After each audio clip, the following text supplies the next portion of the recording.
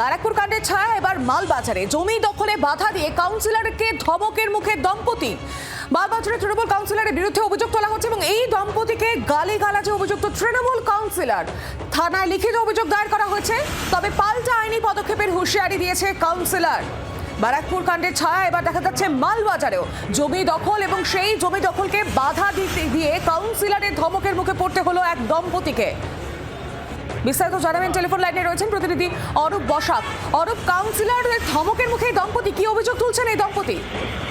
দেখো, যারা দাম্পত্য অভিযোগ করছে সেটা হচ্ছে তাদের যে একটা বাড়ি রয়েছে পাশে, সেই আত্মীয়র বাড়ি, সেই বাড়িতে কিন্তু বাড়িটার বিক্রি নিয়ে কিন্তু একটা সমস্যা তৈরি হয়েছে এবং পরিবারের দাবি যে কাউন্সিলর তিনি কিন্তু সেই বাড়িটা নিয়ে কোনো সমস্যা তৈরি করছে এবং যখন জবরদখল করার একটা চেষ্টা চালিয়ে যাচ্ছে এবং সেই কারণে কিন্তু কিছুদিন ধরে তাদের মধ্যে একটা ঝামেলা হচ্ছিল এবং দুদিন আগেই কিন্তু দেখা যাচ্ছিল যে দুদিনের মধ্যে এই পেট্রোল পাম্প এলাকায় কিন্তু একটা ঝামেলা হয় এবং এরপর কিন্তু থানায় অভিযোগ করে পরিবার। তবে কাউন্সিলর সমস্ত অভিযোগ অস্বীকার করেছেন।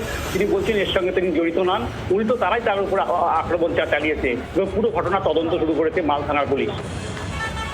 একেবারেই অরূপ, ধন্যবাদ তোমাকে। আপনাদের শোনাবো অভিযোগকারী সেই মহিলা তিনি কি বলছেন, এর পাশাপাশি পাল্টা যে আইনি পদক্ষেপের হুঁশিয়ারি দিয়েছেন কাউন্সিলর তার কি বক্তব্য, শুনুন।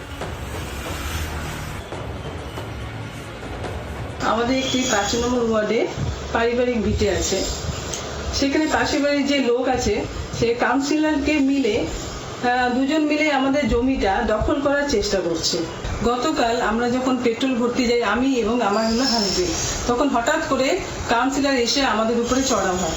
এরপর কাউন্সিলর এসে অকথ্য ভাষায় আমাদের গালাগালি দেয় এবং প্রাণনাশের হুমকি দেয়। আর একজন কাউন্সিলর হয়ে যদি এমন করে তো সাধারণ মানুষ কোথায় যাবে? উনি হলো জনপ্রতিনিধি আমাদের, তাহলে আমরা কোথায় যাব? উনি আমার সাথে প্রথমে কথা বলে ওনাদের শ্বশুর বাড়ি এক জমি নিয়ে, আমার ওয়ার্ডে যেটি রয়েছে সেটা নিয়ে।